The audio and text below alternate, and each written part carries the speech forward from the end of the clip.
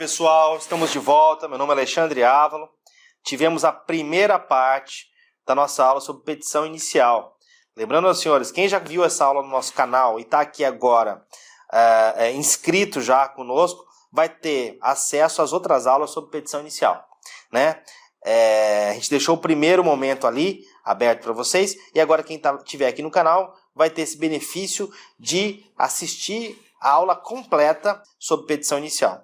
Lembrando, senhores, que a petição inicial é um tema muito relevante do novo CPC e vai ser com certeza muito cobrado, tanto nos concursos como em exames, em provas de OAB e assim por diante. Bom, dentro desse contexto, dessa linguagem objetiva que a gente pretende ter com os senhores, não sei se vocês viram, mas na primeira aula, ou lembram, eu deixei uma questão no ar, um pontinho de interrogação para os senhores, que era o ponto de interrogação que se referia ao endereço eletrônico. Nós vimos na primeira parte da nossa aula sobre petição inicial que o endereço eletrônico passou a ser um requisito da peça, um requisito da petição inicial que não existia antes.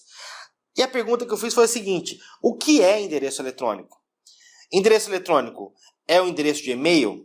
Endereço eletrônico é o perfil do Facebook? O endereço eletrônico é o endereço, é o site de uma empresa, de uma pessoa física, ou de um blog de uma pessoa física? Por exemplo, para quem já visitou a página do professor Rodrigo Bin, deve ter percebido que aquilo é uma página, né, em que ele posta, participa diariamente, ele está ali interagindo com as pessoas. Será que a indicação numa petição inicial deste endereço do professor Rodrigo seria capaz de preencher o requisito da petição inicial do endereço eletrônico? Bom, eu fiz a pergunta e digo a vocês, a intenção do legislador com essa palavra genérica, aliás, essa expressão genérica, quase lacônica do que é endereço eletrônico, foi intencional.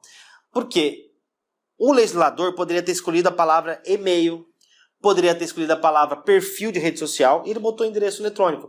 Justamente porque o código, vocês vejam, o código anterior era de 73. O nosso código agora entrou em vigor no dia 17 de março de 2016. Né? Imagina daqui 10 anos, será que o significado da expressão endereço eletrônico vai ter o mesmo significado que tem hoje? Certamente que não. Acredito que com a evolução, o que é endereço eletrônico, até o próprio conceito do endereço eletrônico é algo que vai variar, que vai mudar. Então vejam, meus amigos, endereço eletrônico, de propósito, é uma palavra genérica. Vocês vão perceber que a doutrina, atualmente, tem entendido como endereço eletrônico o e-mail.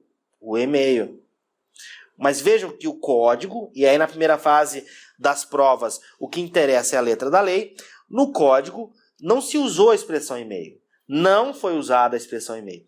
Foi usada a expressão endereço eletrônico. Então, jamais tenha dúvida. Eu acho que o examinador pode utilizar isso para te enganar, para tentar te tirar a atenção, né? E na prova objetiva você não pode sair da letra da lei.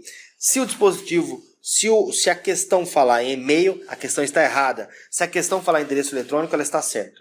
Se a questão for subjetiva, discursiva, aí você vai discorrer sobre isso. Endereço eletrônico é uma expressão genérica que pode ser atualizada numa interpretação progressiva em outros momentos. Ok? Respondida a pergunta, vamos continuar a nossa aula, a segunda parte da petição inicial. Petição inicial é um tema muito rico. O artigo 319 tem uma ressalva para o inciso 2. Né? Veja que o inciso 2 trata daquele dever de CPF, endereço eletrônico, requisitos novos. O que acontece? O parágrafo 1º traz uma ressalva interessante. É o que diz o parágrafo 1º, fala da inépcia da inicial. Considera-se inepta a petição inicial quando, acompanha aí, lhe faltar pedido ou causa de pedir, o pedido for determinado, ressalvadas as hipóteses legais, e da narração dos fatos não decorrer logicamente a conclusão. São os mesmos elementos que já existiam que tornavam a petição inicial inepta. Ocorre que, com relação a alguns requisitos, o novo CPC traz hipóteses que não haverá um indeferimento. Veja, gente, o novo CPC tem alguns elementos muito interessantes que compõem a nova ordem processual. Um deles é a primazia do julgamento de mérito. Vocês vão perceber ao estudar o novo CPC que a última consequência que pode haver no processo é o processo ser extinto sem resolução do mérito. Ou seja, o código faz um esforço gigantesco para que o juiz e as partes superem os vícios. Então veja, o que antes era fatal, o indeferimento de uma petição inicial era algo fatal, atualmente passa a ser algo superável. Né? Essa é a ideia do novo CPC, superar os vícios. Obviamente, para a sua prova da OAB, o examinador não vai aplicar a superação de vícios. Se você esquecer um requisito, você vai reprovar.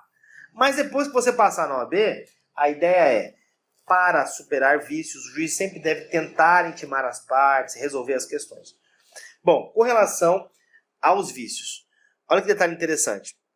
Não haverá indeferimento da petição inicial nos seguintes casos.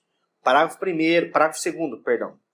A petição inicial, olha o que diz aqui, não será indeferida se, a despeito da falta de informações a que se refere o inciso 2, for possível a citação do réu. Quais são as informações do inciso 2? Nome, CPF, endereço eletrônico. Veja, se você não tiver o endereço eletrônico, mas mesmo assim for possível citar o réu, a petição inicial não será indeferida pela falta deste requisito. Então, não haverá indeferimento se, mesmo não sendo indicado o endereço eletrônico, enfim, ou os outros incisos, os outros elementos do inciso 2, mesmo não sendo citados eles na petição inicial, se for possível citar o réu, este é o principal objetivo da indicação daqueles elementos. Veja como o novo CPC aqui diz o seguinte, ó, formalismo por formalismo não vale a pena. Se eu conseguir citar o réu, eu não vou indeferir a inicial por isso. Mas lembra aos senhores, na sua petição inicial na prova da OAB da segunda fase, você tem que atentar para todos estes requisitos, uma vez que lá o examinador não vai dar essa chance. Parágrafo 3º, traz outro elemento em que não há indeferimento da petição inicial. Olha o que diz o parágrafo 2º. A petição inicial não será indeferida pelo não atendimento ao disposto no inciso 2 deste artigo, se a obtenção de tais informações tornar impossível ou excessivamente oneroso o acesso à justiça. Imagina o seguinte, imagina que o juiz, ao pegar a petição inicial, constatou que é necessário sim a informação do inciso 2, é necessário o CPF ou CNPJ, é necessário o endereço eletrônico. Ok, em regra ele poderá indeferir. Mas o novo CPC diz o seguinte, o juiz não poderá indeferir se a obtenção dessas informações tornarem impossível ou excessivamente oneroso o acesso à justiça. Olha aqui.